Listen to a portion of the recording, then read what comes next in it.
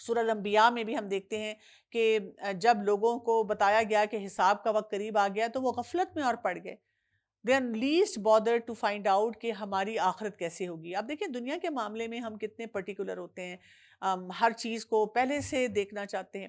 بچہ پیدا نہیں ہوتا تو کسی بیسٹ اسکول میں ہم نام لکھوا دیتے ہیں، ہم کہتے ہیں کہ یہ نہ ہو اس کا وہاں داخلہ نہ ہو سکے، اور اس کے مطابق ہم بچے کو گروم کرنا شروع کر دیتے ہیں.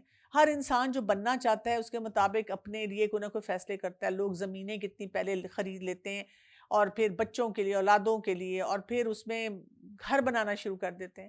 آپ دیکھیں گے دنیا کے ہر معاملے میں ہم کتنی پلاننگ کر رہے ہوتے ہیں، لیکن ایک آخرت ہے کہ جس کے لیے ہم نے کوئی پلاننگ نہیں کی ہوتی. نبی کریم صلی اللہ علیہ وسلم نے جو فرمایا تھا، ہم اگر اس کو بھی یاد رکھیں کہ آپ صلی اللہ علیہ وسلم کی جو بعثت ہے، اب وہ قرب قیامت کی علامات میں سے ایک علامت بتائی جاتی ہے. ہم یہ نہ سوچیں کہ اس میں اتنا ٹائم گزر گیا ہے تو کیا ہمارے پاس تو ابھی بہت سا وقت ہے. اسی طرح ہم دیکھتے ہیں کہ ابن عمر رضی اللہ عنہ کہتے ہیں کہ ایک دفعہ ہم نبی کریم صلی اللہ علیہ وآلہ وسلم کے ساتھ بیٹھے ہوئے تھے، اور نماز عصر کے بعد سورج ابھی ایک جبل تھا، کوہ کان، وہاں پر تھا. تو آپ صلی اللہ علیہ وسلم نے فرمایا کہ گزشتہ امتوں کی عمروں کے مقابلے میں تمہاری عمریں ایسی ہیں جیسے دن کا یہ باقی حصہ. گزشتہ حصہ بہت بڑا ہے، یعنی جو گزر گیا، جیسے فجر سے عصر تک کا ہو، جو رہ گیا وہ عصر سے مغرب تک کا ہے. یعنی یہاں سے ہمیں یہ پتہ چلتا ہے کہ ٹائم کی ایسج ویلیو نہیں ہوتی. ہم جب پوری زندگی گزارتے ہیں تو ہم خود بھی کئی دفعہ کہتے ہیں کہ پتہ ہی نہیں چلا. یعنی جس دن مجھے ایک دم کسی نے بلایا، انکل، آنٹی، اور میں نے مڑ کے دیکھا کہ میں تو وہ نوجوان تھا، مجھے کس نے اس طرح سے بلایا، مجھے بلا رہے ہیں. میرے اندر اتنی تبدیلیاں آ گئی ہیں. کئی دفعہ فیملی پکچرز جب سامنے آتی ہیں پرانی اور اب کی، ہم سمجھ رہے ہوتے ہیں ہم تو ابھی بھی ویسے ہی لگ رہے ہیں. ایک دم احساس ہوتا ہے کہ نہیں، میری تو پوری شکل بدل گئی ہے، میرا تو پورا سٹائل جو ہے وہ چینج ہو چکا ہوا ہے. کیونکہ یہاں پہ قیامت کا ذکر آ رہا ہے تو پھر اگر ہم تھوڑی سی یہ نشانیاں ہی دیکھ لیں، کیونکہ یہاں پہ دیکھیں آیت نمبر 2 میں اللہ سبحانہ تعالیٰ فرماتے ہیں، اور اگر وہ دیکھ لیں کوئی بھی نشانی، منہ موڑ جاتے ہیں اور کہتے ہیں ایک جادو ہے جاری، وَيَقُولُوا سِحْرٌ مُسْتَمِرٌ. وہ کہتے ہیں دس از سم تھنگ، ایسے سامنے چیزیں آ رہی ہیں لیکن ان کی حقیقت کچھ نہیں ہے. تو قیامت کی نشانیاں بڑی بھی ہیں، چھوٹی بھی ہیں، اور قرآن پاک میں بار بار اللہ سبحانہ تعالیٰ ہمیں جگاتے رہتے ہیں، احساس دلاتے رہتے ہیں. یہ بھی کہا گیا کہ یہ کس چیز کا انتظار کر رہے ہیں، جب وہ نشانیاں آئیں گی ایک دم آ جائیں گے، تب یہ کچھ بھی نہ کر سکیں گے. رسول اللہ صلی اللہ علیہ وسلم نے فرمایا قیامت سے پہلے سود، زنا، شراب عام ہو جائے گا، سرعام بدکاری ہوگی، لوگ گدھوں کی طرح راستوں میں زنا کریں گے، آلات موسیقی عام ہو جائیں گے، شراب حلال سمجھی جائے گی، سوشل ڈرنکنگ، بے حیائی، قطع رحمی اور خیانت کی کثرت ہو جائے گی، صرف جان پہچان والوں کو سلام کیا جائے گا، اور چرب زبان لوگ آ جائیں گے. آپ دیکھیں کہ ہم جب اپنے بہت سے حالات سے فرسٹریٹ ہوتے ہیں، اور کبھی ہم حکومتوں کو الزام دیتے ہیں، کبھی ہم اسلامی آرگنائزیشنز کو الزام دیتے ہیں کہ جی فلاں دینی لوگ کیا کر رہے ہیں، فلاں کیوں نہیں کچھ کرتا، لیکن حقیقت یہ ہے کہ قیامت کے قریب آ کے بہت سی خرابیاں آئیں گی. اور ان خرابیوں کی وجوہات میں سے ایک بہت بڑی وجہ یہ ہے کہ لوگ اس صحیح علم تک نہیں پہنچیں گے. کچھ لسٹ اور بھی میرے پاس ہے جو کہ احادیث سے ہمیں پتہ چلتی ہے، اور اس کا جاننا بھی ضروری ہے. رسول اللہ صلی اللہ علیہ وسلم نے فرمایا قیامت قائم نہ ہوگی یہاں تک کہ ایسی قوم آئے گی جو اپنی زبان کے بل بوتے پر کھائے گی، جیسے گائے زمین سے اپنی زبان کے ذریعے کھانا کھاتی ہے. تو آپ دیکھ لیں کہ کس قسم کا وہ رویہ ہوگا، کس قسم کا ایٹیچیوڈ ہوگا. اور جیسے جیسے سوشل میڈیا بڑھتا چلا جا رہا ہے، ہمیں یہی چیزیں بہت زیادہ نظر بھی آ رہی ہیں. یہ بھی بتایا گیا حدیث میں کہ زلزلوں کی کثرت ہو جائے گی، زمانہ جلدی جلدی گزر جائے گا. یعنی ایک تو جلدی اس طرح سے ہے کہ آپ دیکھیں کہ ٹریولنگ کتنی آسان ہو گئی ہے. وہ سفر جو کئی دفعہ بہت دنوں میں، گھنٹوں میں ہوتا تھا، بہت کوئکلی ہونا شروع ہو گیا ہے. اسی طرح آپ دیکھیں کہ اب ہمارے کنیکشن کتنا آسان ہو گیا ہے کہ ہم کسی سے بھی ویڈیو کال کر کے دنیا میں کہیں پہ بھی وہ بیٹھا اس کے ساتھ ساتھ کہیں پہ بھی آ جا سکتے ہیں. اسی طرح فتنے فساد پھوٹ جائیں گے، قتل و غارت اور حرج عام ہو جائے گا. یہ بھی ہم دیکھتے ہیں کہ ہر وقت خبریں ایسی آتی ہیں، اور کبھی کبھی اگر کوئی بہت سنسنی خیز خبریں نہیں ہوتی، کوئی کرنٹ سکینڈل نہیں ہوتا جس پہ ہم دیکھتے ہیں کہ میڈیا میں لوگ تبصرے کر سکیں، تو وہ پھر سارا دن یہی بتاتے رہتے ہیں فلاں شخص ادھر گر کے مر گیا، فلاں کو کرنٹ لگ گیا مر گیا، فلاں کو کوئی شوٹنگ میں مر گیا، فلاں کو انہوں نے قتل کر دیا. اور یہ خبریں سن سن کے ہم کہتے ہیں کہ کیا یہی کچھ ہو رہا ہے، لیکن یہ قیامت کی نشانیوں میں سے ہے. پھر یہ کہ شرک والے کام جو ہیں وہ بہت بڑھنا شروع ہو جائیں گے. آپ صلی اللہ علیہ وآلہ وسلم نے فرمایا قیامت اس وقت تک قائم نہیں ہوگی جب تک کہ میری امت کے بعض قبائل مشرکین سے جا ملیں گے، اور یہاں تک کہ میری امت کے بعض قبائل بتوں کی عبادت کریں گے۔ تو ہمیں اس پہ بھی ایز سچ فرسٹریٹ نہیں ہونا چاہیے جب ہم دیکھتے ہیں کہ کچھ لوگ جو کہ سو کالڈ مسلمان ہوتے ہیں، وہ کتنے غلط فیصلے کر رہے ہوتے ہیں، وہ دین کے خلاف شرکیہ فیصلے کر رہے ہوتے ہیں، کیونکہ یہ ہو کر رہے گا۔ ہمارا اس وقت کام کیا ہے، ہم یہ دیکھیں کہ میں کیا رول پلے کر رہی ہوں، میں نے اپنا تعلق اللہ کے اس کلام سے کیسے بہت زیادہ مضبوط بنایا ہے۔ اسی طرح ہم دیکھتے ہیں کہ کاروباری مواقع جو ہیں وہ قریب آ جائیں گے۔ آپ صلی اللہ علیہ وسلم نے فرمایا قیامت اس وقت قائم ہوگی جب فتنے ظاہر ہوں گے، جھوٹ عام ہو جائے گا اور منڈیاں قریب ہو جائیں گی۔ اور یہ بھی دیکھیں اسی وجہ سے ہر ایک کے فون پہ آپ دیکھیں سٹاکس، چیزیں، بزنسز، آپ نے کوئی چیز ڈیلیور کروانی ہے، بس آپ نے ایک آرڈر دینا ہے، اور ہوم ڈیلیوری کی جو سروس ہے کتنی زیادہ ہے۔ دنیا جہان میں بہت بڑے بڑے بزنس ایسے ہیں جنہوں نے اپنے آؤٹ لیٹس بند کر دیے ہیں، کیونکہ وہ ان کو مہنگے پڑتے ہیں، لوگوں کو ہائر کرنا، بلز دینا، مینج کرنا۔ اور اب کیا ہے، وہ بڑے بڑے جو آؤٹ لیٹس ہیں وہ صرف آپ کو آن لائن ساری چیزیں جو ہیں وہ بھیجتے چلے جاتے ہیں۔ رسول اللہ صلی اللہ علیہ وسلم نے فرمایا قیامت اس وقت تک قائم نہیں ہوگی جب تک آدمی اپنے پڑوسی، اپنے بھائی اور اپنے باپ کو قتل نہ کرے۔ یعنی انسان کے اندر ایپیتھی اتنی زیادہ آ جائے گی کہ کسی کا احساس ہی نہیں ہوگا، اور کوئی انسان مر رہا ہے، مار رہا ہے، تو ہم صرف اپنے بارے میں فکر کر رہے ہوں گے۔ اسی طرح جھوٹی گواہی ہوگی، قلم کا چرچا ہوگا، یعنی نالج اتنا ہوگا جسٹ ون کلک اوے، آپ کچھ بھی جاننا چاہتے ہیں۔ آج کل لوگ ہر معاملے میں اے آئی ٹولز کو استعمال کر رہے ہیں، اور ایسی ایسی انفارمیشن اس کے پاس ہے کہ کئی دفعہ اس ایکسپرٹ نے بھی نہیں پڑھی ہوتی جس سے جا کر وہ مشورہ لینا چاہ رہے ہوتے ہیں۔ نیک لوگ چلے جائیں گے، برے رہ جائیں گے، اور کثیر بارش کے باوجود پیداوار کی قلت ہوگی۔ مساجد پر فخر ہوگا کہ کون سی مسجد جو ہے کتنی بڑی، کتنی شاندار بنی ہوئی ہے، لوگ اس کو سائٹ سینگ کے حساب سے جا کے دیکھیں گے کہ فلاں جگہ آپ گئے ہیں تو وہ مسجد دیکھی ہے، نہیں دیکھی تو آپ نے کچھ نہیں کیا۔ کوئی یہ نہیں پوچھے گا کہ اس مسجد میں نماز بھی پڑھی تھی کہ نہیں پڑھی تھی۔ علم اٹھ جائے گا، جھوٹی حدیثوں کی اشاعت ہونا شروع ہو جائے گی، اور گھر بہت مزین ہوں گے۔ آپ کو پتہ ہے بعض گھروں میں جائیں تو اتنے زیادہ ڈیکوریشن پیسز اور ایسی ایسی وہاں پہ اس طرح کا وہ مزاج ہوتا ہے ڈیکوریشن کا اور سٹائل کا، کہ آپ کو لگتا ہے کہ آپ صرف کسی دکان میں آ گئے ہیں، صرف وہ نیم ٹیگ، وہ جو یہ پرائس ٹیگز ہیں وہ نہیں لگے ہوئے وہاں پہ۔ رسول اللہ صلی اللہ علیہ وسلم نے فرمایا قیامت اس وقت تک قائم نہیں ہوگی جب تک لوگ اپنے گھروں کو سٹیج کی طرح مزین نہیں کر لیں گے۔ آپ صلی اللہ علیہ وسلم نے یہ بھی فرمایا قیامت اس وقت تک قائم نہیں ہوگی جب تک پہاڑ اپنی جگہ سے زائل نہیں ہو جائیں گے۔ ایک حدیث میں آتا ہے قیامت کے قریب چاند بڑا ہو جائے گا، جب ایک رات چاند نظر آئے گا تو کہا جائے گا یہ تو 2 راتوں کا چاند ہے۔ قیامت کے قریب لوگوں کے چہرے بگڑیں گے، دھسایا جائے گا، سنگ باری کی جائے گی۔ اب دیکھیں یہ والے معاملات بھی بہت زیادہ بڑھتے چلے جا رہے ہیں، ذرا ذرا سی بات پہ پورا کراؤڈ کسی کے اوپر اٹیک کر دیتا ہے اور اس کو مار دیتا ہے۔ بعد میں پتہ چلتا ہے کہ وہ جو انسان تھا وہ بے گناہ تھا، یا بعد میں پتہ چلتا ہے کہ اس کو تو صحیح طرح سچویشن کو ہینڈل ہی نہیں کیا گیا۔ ابو ذر رضی اللہ عنہ کہتے ہیں نبی کریم صلی اللہ علیہ وسلم نے فرمایا اے ابو ذر، میرے بعد عنقریب ایسے حکمران ہوں گے جو نماز کو فوت کر دیں گے، تو تم نماز کو اپنے وقت پہ پڑھنا۔ اور یہ بھی دیکھیں نمازیں جو ہیں لوگ آرام سے بازاروں میں جاتے ہیں، اگر کوئی اور نماز پڑھ رہا ہے تو وہاں پاس بیٹھے رہتے ہیں اور اس کا انتظار کرتے ہیں، لیکن خود اٹھ کے نماز نہیں پڑھتے۔ تو آپ دیکھیں کہ نماز کی وہ جو اہمیت ہے ہمارے دین میں، وہ بھی وقت کے ساتھ ساتھ ختم ہوتی جا رہی ہے۔ رسول اللہ صلی اللہ علیہ وسلم نے فرمایا قیامت کے قریب کذاب ظاہر ہوں گے، جھوٹے، تھوڑے جھوٹ بولنے والے نہیں، بڑے بڑے جھوٹ بولنے والے۔ بس تم ان سے بچتے رہنا، سچ کو لازم پکڑنا، ممکنہ حد تک فتنوں سے بچنا، اور لوگوں کے حقوق ادا کرنا، اور اپنے حقوق اللہ سے مانگنا۔ یعنی ہمارا کام کیا ہے، ہم جو اللہ نے جہاں جہاں ہماری اکاؤنٹیبلٹی رکھی ہوئی ہے ہم وہ معاملات اپنے درست رکھیں، اور اگر کوئی ہمیں ہمارا حق نہیں دیتا تو ہم اپنا تعلق اپنے رب سے بہت زیادہ مضبوط کریں۔ پھر فرمایا ایسا زمانہ بھی آئے گا جس میں خطباء زیادہ اور علماء کم ہو جائیں گے۔ خطیب بہت ہوں گے، سپیکر، پبلک سپیکر، انفلوئنسرز، جو اپنی چرب زبانی سے قرآن حدیث کو بھی کوٹ کریں گے اور ایسی ایسی باتیں بتائیں گے جو شاید وہاں پہ موجود نہیں ہیں، جن کی اوتھینٹک دلیل ہی نہیں مل رہی، وہ اپنے ساتھ اٹیچ کریں گے، پورے کراؤڈ کو اپنی طرف لے کے جائیں گے، اور علماء جو ہیں وہ کم ہوتے چلے جائیں گے۔ اگر اس زمانے میں کسی نے اپنے علم کے 10ویں حصے پر بھی عمل کر لیا تو نجات پا جائے گا۔ کیوں؟ اس لیے کہ یہ بہت ایک ڈیفیکلٹ فیز ہوگا۔ یعنی اگر ہم کسی عام پبلک کے حساب سے دیکھیں، عام افراد کے حساب سے دیکھیں، عوام الناس کے طریقے سے دیکھیں، تو ان کے لیے مشکل ہے فیصلہ کرنا کہ یہ شخص جو کسی اسکرین پہ آ رہا ہے اور مجھے بتا رہا ہے، اس کو مجھے سننا چاہیے یا ایک عالم دین جو کسی مسجد میں بیٹھا ہے، کسی مدرسے میں بیٹھا ہے اور اس نے ساری زندگی اپنی وقف کی ہوئی ہے، اس کو سننا چاہیے۔ وہ ہر ایک کو سنتے سنتے کنفیوز ہونا شروع ہو جاتے ہیں۔ تو ایسے موقع پہ ہمیں کیا کرنا ہے؟ ہمیں اپنی پریکٹسز کی طرف توجہ دینی ہے کہ ہم جو کچھ بھی قرآن و سنت سے ہمیں پتہ چلتا چلا جا رہا ہے اور اس بیسکس کو ہم درست کرنا شروع کر دیں۔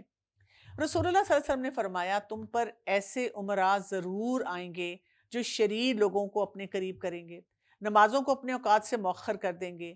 تو جو کوئی بھی تم میں سے ان کا دور پالے تو نہ ایسی حکومت کا نمائندہ بنے، نہ سپاہی بنے، نہ ٹیکس جمع کرنے والا، نہ خزانچی بنے، اور قرآن اور سنت کو تھام لینا۔ یعنی جب ہمیں لگے کہ مشکلات اور فتنے بہت بڑھ رہے ہیں تو ایسے موقع پہ کوئی بھی اس طرح کی پوزیشن نہیں لینی چاہیے جس میں آپ کے اوپر پریشر آئے کہ آپ اللہ کے حکم کے مطابق زندگی نہ گزار سکیں۔ تو پھر آپ کو کیا کرنا ہے؟ آپ کو تھوڑا سا پیچھے ہٹ جانا ہے۔ قیامت کے علامات جب نظر آنا شروع ہوں گی تو پھر ہمیں اس سے یہ بات سمجھ آتی ہے کہ ہمیں اپنے دین کو پختہ کرنے کے لیے کچھ نہ کچھ کام کرنا ہوگا۔ اسی لیے کہا گیا اقتربت الساعہ، قریب آ لگی ہے۔ یہ ساری نشانیاں ہمیں کیا بتا رہی ہیں؟ اور سب سے بڑی بات کیا ہے کہ قرآن ایک اتنا بڑا معجزہ ہے، اور اس معجزے کی قدر کرنا، اس کے مطابق اپنی آخرت کی فکر کرنا اور اپنے اعمال کو درست کرنا جو ہے وہ بہت زیادہ ضروری ہے۔ پھر یہاں پہ ہم یہ بھی دیکھتے ہیں کہ شق قمر کی بات کی گئی ہے۔ ہم دیکھتے ہیں کہ جو اہل مکہ تھے نا، وہ رسول اللہ صلی اللہ علیہ وسلم سے بہت بڑی بڑی نشانیاں مانگا کرتے تھے، اور قرآن پاک جو نازل ہو رہا تھا ان کے سامنے وہ اتنی بڑی نشانی تھی، ایک معجزہ تھا، لیکن ان کو نظر نہیں آتے تھے۔ تو جب بہت طرح طرح کے مطالبات کرتے تھے کہ ہمیں کوئی ایک ہمارے سامنے کوئی نشانی جو ہے وہ دکھائی جائے، اس بات پر آپ صلی اللہ علیہ وآلہ وسلم نے جو ہمیں پتہ چلتا ہے کہ اللہ کے حکم سے نشانی یہ دکھائی کہ جب چاند کی طرف اشارہ کیا تو چاند دو ٹکڑوں میں بٹ گیا اور نظر آنا شروع ہو گیا۔ لیکن انہوں نے اس کو پھر بھی ماننے سے انکار کر دیا، اور وہ کیا کہتے ہیں کہ ہم نہیں مانتے، یہ تو صرف نظر کا دھوکہ ہے۔ یعنی یہ معجزہ جو ہے آپ صلی اللہ علیہ وآلہ وسلم کا کوئی ذاتی کمال نہیں ہے، بلکہ ہماری آنکھوں کے سامنے اس طرح سے دکھایا جا رہا ہے کہ ایک دھوکے کی طرح سے۔ تو یہاں پہ پھر اس پہ جو ہے ہمیں یہ بھی پتہ چلتا ہے کہ ایک کوئی قافلہ وہاں سے گزرا تھا، وہ کسی اور ڈائریکشن میں تھا، وہ رسول اللہ صلی اللہ علیہ وسلم کے سامنے نہیں تھا، تو انہوں نے بھی اس کو دیکھا۔ لیکن بات ساری کیا ہے؟ اصل پرابلم یہ ہے کہ جنہوں نے نہیں ماننا وہ اس بات کو نہیں مانیں گے۔ اسی لیے آیت نمبر 2 میں جب آیا ہے اگر وہ دیکھ لیں کوئی نشانی تو وہ منہ موڑ جاتے ہیں اور وہ کہتے ہیں یہ تو ایک جادو ہے۔ تو اعراض برتنے والے لوگ جو ضدی لوگ ہوتے ہیں، جو کسی بات کو ماننے کے لیے تیار نہیں ہوتے، ان کو آپ کوئی بھی دلائل دکھا دیتے ہیں وہ اس کو نہیں مانتے۔ اور جب اعراض ہوتا ہے نا تو بیسیکلی یہ جسم اور دل کے ساتھ ہوتا ہے، یعنی آپ دل سے نہیں مان رہے تو پھر آپ کی باڈی لینگویج بھی جو ہے وہ اس کو ماننے کے لیے بالکل تیار نہیں ہوتی۔ اور یہاں پہ جو ورڈ آیا نا مستمر، تو یہ کس سے ہے؟ استمرار سے، یعنی کہیں سے گزر جانا، شدت سے چلے جانا اور پیچھے رہ جانا، اور آپ نے مطلب آپ بالکل جو ہے وہ امپلسو طریقے سے یوں گزر کے چلے جاتے ہیں، آپ نہیں کسی کی بات سننا چاہتے، تیزی سے رکتے نہیں ہیں، ریفلیکٹ کرنے کے لیے کسی بات پہ آپ تیار نہیں ہوتے۔ اور پھر اس کے بعد آیت نمبر 3 آ رہی ہے وَكَذَّبُوا، اور انہوں نے جھٹلایا، وَاتَّبَعُوا أَهْوَاءَهُمْ، اور پیروی کی اپنی خواہشات کی۔ ہوا کہتے ہیں خواہش کو، اور ہدا کہتے ہیں ہدایت کو، یعنی اس کے اپوزٹ پرنسپل کو۔ تو یہاں پہ بتایا جا رہا ہے کہ جو انسان جھٹلاتا ہے وہ کیا کرتا ہے؟ بیسیکلی اپنی خواہشات کے اس چکر میں پڑ جاتا ہے۔ اور پھر کیا کہا گیا؟ وَكُلُّ أَمْرٍ مُسْتَقِرٍ، اور ہر کام کا ایک وقت مقرر ہے۔ تو بہت سے مقامات پہ ایسے ہوتا ہے کہ انسان کا دل نہیں چاہتا، انسان کی خواہشات غفلت میں ڈال دیتی ہیں، انسان کو ڈبو دیتی ہیں۔ لیکن اصل بات کیا ہوتی ہے کہ انسان اپنے آپ کو جلد بازی سے بچائے، اور انسان کیا کرے کہ اپنے معاملات میں تھوڑا ٹھہراؤ لے کر آئے، اور خاص طور پہ جو آخرت کے معاملات ہوتے ہیں نا، ان میں یہ ٹھہراؤ بہت زیادہ ضروری ہوتا ہے۔ اصل ہمارا مسئلہ جو یہاں پہ ہمیں نظر آتا ہے نا، اگر ہم ان آیات کو دیکھیں، قیامت کی نشانیوں کو دیکھیں، اور یہ انداز دیکھیں کہ ان کو بتایا جا رہا ہے کہ تمہیں جلدی کس بات کی ہے، جس کام میں جلدی کرنی چاہیے یعنی اپنے اعمال کو ٹھیک کرنے کی، وہ تم کرتے نہیں، اور جو سوال پوچھنا ہے اس پہ جلدی تمہیں نہیں کرنی چاہیے، وہاں پہ رک جانا چاہیے کہ مجھے تو ایک وارننگ مل گئی قیامت آنے والی ہے، اب میں کیوں کوئی وقت ضائع کروں، میں کیوں نہ اپنے اعمال کی طرف توجہ دوں، ہم اس کی طرف جاتے نہیں۔ اس کی وجہ کیا ہوتی ہے؟ اس کی ایک بہت بڑی وجہ جو یہاں ہمیں نظر آ رہی ہے، ایک امپلسو بیہیویئر جو ہے انسان کا، یعنی انسان اتنا جلد باز ہوتا ہے، کہتا ہے جلدی سے یہ معاملہ میرے سامنے آ جائے، اور ایموشنل ہو کے ہم کیا کرتے ہیں کہ ہم پوز نہیں کرتے، اپنے آپ کو روکتے نہیں ہیں کہ اچھا یہ بتایا گیا ہے، اچھا کیا کرنا چاہیے، ہاں مجھے یہ کام اپنے درست کرنے چاہیے، مجھے اپنے ان بیہیویئرز کو ٹھیک کرنا چاہیے. انسان اس کی طرف جانے کے لیے اور سوچنے کے لیے تیار نہیں ہوتا. تو یہاں پہ اصل جو کام ہے وہ کیا ہے؟ یعنی ہم کیا کرتے ہیں کہ امپلسو ہونے کی وجہ سے ہم کچھ ایسی بات بول دیتے ہیں جس کو ہم بعد میں افسوس ہوتا ہے ہمیں کہ مجھے یہ نہیں بولنا چاہیے تھا. ہم ایسے فیصلے کر لیتے ہیں، اگر ہم اپنی زندگی کو دیکھیں، کسی مثلا لوگ، آپ دیکھیں بچے ہمارے ہوتے ہیں تو جی سوشل میڈیا پہ بیٹھتے ہیں، اکاؤنٹ کو ہم نے ڈی ایکٹیویٹ کیا، پھر 2 دن بعد پھر ایکٹیویٹ کیا، کسی دن ہم نے کسی سے لڑائی کر کے کچھ بھی بول دیا اور پھر دوبارہ ہم جو ہیں پریشان ہو رہے ہیں. بہت سے افراد کو میں نے دیکھا ہے کہ ایک دم سے جا کر جاب پہ گئے، باس پہ غصہ آیا، نوکری چھوڑ کے آ گئے، اب گھر آ کے پریشان ہو رہے ہیں. کئی دفعہ ہم لوگوں سے پھر بعد میں معافیاں مانگتے ہیں. برداشت نہیں ہم کرتے، لائن میں نہیں ہم کھڑے ہو سکتے امپلسو بیہیویئر کی وجہ سے، ٹریفک میں ہم کہاں کہاں سے گاڑی نہیں نکالتے کیونکہ ہمارا امپلسو بیہیویئر ہے کہ میں تیزی سے نکل جاؤں کہیں، حالانکہ اس کی وجہ سے ہماری ہی غلط فیصلے اور امپلسو بیہیویئر کی وجہ سے کیا ہوتا ہے کہ ساری ٹریفک جو ہے وہ بلاک ہونا شروع ہو جاتی ہے. یعنی بیسیکلی ہم ایکشنز اپنے جو لیتے ہیں اپنے جذبات پہ لیتے ہیں، اپنی خواہشات پہ لیتے ہیں، میرا کیا دل چاہ رہا ہے جلدی سے کر لو. ہم یہ نہیں دیکھتے کہ کام کرنے والا کون سا ہے، یہ ٹھیک کام بھی ہے کہ نہیں ہے. سوال یہ پیدا ہوتا ہے کہ ہم کیوں اتنے امپلسو ہیں، کیوں ہمارے لیے ٹھہراؤ بہت زیادہ مشکل ہے. اس میں ہم یہ دیکھتے ہیں کہ ہمارا جو ایموشنل برین ہوتا ہے نا، وہ دماغ کے اندر، وہ کیا کرتا ہے کہ وہ ہر وقت ہمیں ایک بچے کی طرح چھلانگے لگا لگا کے بتاتا ہے جلدی کرو جلدی کرو. جہاز رکتا ہے نا، تو جہاز کا دروازہ کھلنے میں باہر جانے میں ابھی 15 منٹ ہے، اور وہ بتاتے ہیں کہ آپ نے اپنی ٹرن پہ ہی جانا ہے. لیکن جو جہاز میں سب سے پیچھے کھڑا ہے نا، وہ کھڑا ضرور ہو جائے گا سامان پکڑ کے کہ بس میں ابھی کسی طرح نکل جاؤں، حالانکہ اس کو اپنی باری پہ ہی نکلنا پڑے گا. اور اگر وہ بہت تیزی سے نکلے گا بھی تو آگے جا کے جہاں پہ اس کو اپنا سامان لینا ہے اس بیلٹ پہ بھی اس کو انتظار کرنا پڑے گا. اسی وجہ سے کیا ہوتا ہے کہ جب ہم بہت سے اپنی زندگی میں غلط فیصلے کرتے ہیں، جو ہمارا یہ ایموشنل برین ہمیں سکھا رہا ہوتا ہے، اور جو ہمارا پری فرنٹل کارٹیکس ہے جو ہمیں تحمل سکھاتا ہے، برداشت سکھاتا ہے، سلو ڈاؤن ہونا سکھاتا ہے، ہم اس پہ توجہ نہیں دیتے، اس کو ڈیولپ نہیں کرتے. اب ہماری زندگی میں کوئی بھی مسئلے آئے، مثلا سٹریس آیا، پھر جلد بازی، آپ کی نیند پوری نہیں، آپ نے کھانا نہیں کھایا ہوا، آپ کے اندر سیلف کنٹرول نہیں، تو اب ہم جلد بازیاں جو ہیں وہ بڑھانی شروع کر دیتے ہیں. جتنا آپ کا ایموشنل لوڈ بڑھے گا اتنی خواہشات آپ کو غلط طرف لے کے جائیں گی، اور اتنا زیادہ آپ امپلسو ہونا شروع ہو جائیں گے. اور وقت گزرنے کے ساتھ ساتھ کیا ہوتا ہے کہ اس کو ہم کہتے ہیں ہیبیچول کنڈیشننگ ہماری ہو جاتی ہے کہ ہمیں پرواہ نہیں ہوتی، ہم کہتے ہیں بس تیزی میں کہیں سے نکل جاؤ. یہ جو امپلسو بیہیویئر ہے ہمیں کیسے افیکٹ کرتا ہے؟ آخرت کو تو ہم نے دیکھ ہی لیا ہے، لیکن دنیا کا سفر بھی ہمارا کافی مشکل ہوتا ہے. ہمارے تعلقات اچھے نہیں ہوتے، ہم کئی دفعہ کسی کو گالی دے دیتے ہیں، کوئی ایسی ہرٹفل بات کر دیتے ہیں، ہمارے تعلقات خراب ہوتے ہیں. آپ دیکھیں لوگ طلاقیں دے دیتے ہیں ایموشنل ہو کے، اور اس کے بعد فتوے ڈھونڈتے رہتے ہیں کہ جی یہ بھی طلاق نہیں ہوئی اور ایسے ہی میں نے کہہ دیا تھا. اسی طرح آپ دیکھیں ہم اپنے کریئر، اپنے پروڈکٹیوٹی کو کم کر لیتے ہیں، ہمارے فیصلے بہت جلد بازی والے ہوتے ہیں، ہماری پرفارمنس اچھی نہیں ہوتی، ہم لانگ ٹرم گول سیٹنگ نہیں کرتے. پھر یہ کہ کچھ لوگ امپلسو ہوتے ہیں تو وہ اوور سپینڈ کر دیتے ہیں، ان کے پاس پیسے اکثر نہیں ہوتے، پیسہ آتا بہت ہے لیکن اسی تیزی سے پانی کی طرح بہہ جاتا ہے. مینٹل ہیلتھ کے بہت سارے مسئلے ہوتے ہیں، کیونکہ آپ کو کبھی شیم ہے، کبھی گلٹ ہے، انکنسسٹنٹ قسم کے پیٹرن جو ہیں وہ بہت زیادہ ہوتے ہیں. تو امپلسو سے ہونے کی بجائے آپ کو کیا کرنا ہوتا ہے؟ آپ کو اپنے اندر ٹھہراؤ لانا ہوتا ہے اپنی شخصیت میں. اور وہ ٹھہراؤ کیسے آتا ہے؟ جتنا آپ کا ویلیو سسٹم اسٹرانگ ہوتا ہے، جتنی آپ لانگ ٹرم پلاننگ اپنی کرتے ہیں. اسی طرح سے آپ اپنے آپ کو بتاتے ہیں کہ میں نے نا اپنے کوئی بھی معاملات کو دیکھنے کے لیے، کیونکہ مجھے فیصلہ قرآن و سنت کے مطابق کرنا ہے، تو پوز کا بٹن دبا دینا ہے. تھوڑا سا تحمل کے ساتھ سوچنا ہے کہ اچھا یہ لائف اینڈ ڈیتھ سچویشن تو نہیں ہے نا، اگر میں نے ایک دن بھی لے لیا تو کوئی خاص فرق نہیں آنا، تو مجھے کم از کم ایک دن انتظار کر کے اپنے اس فیصلے کو جو ہے آگے لے کے چلنا ہے.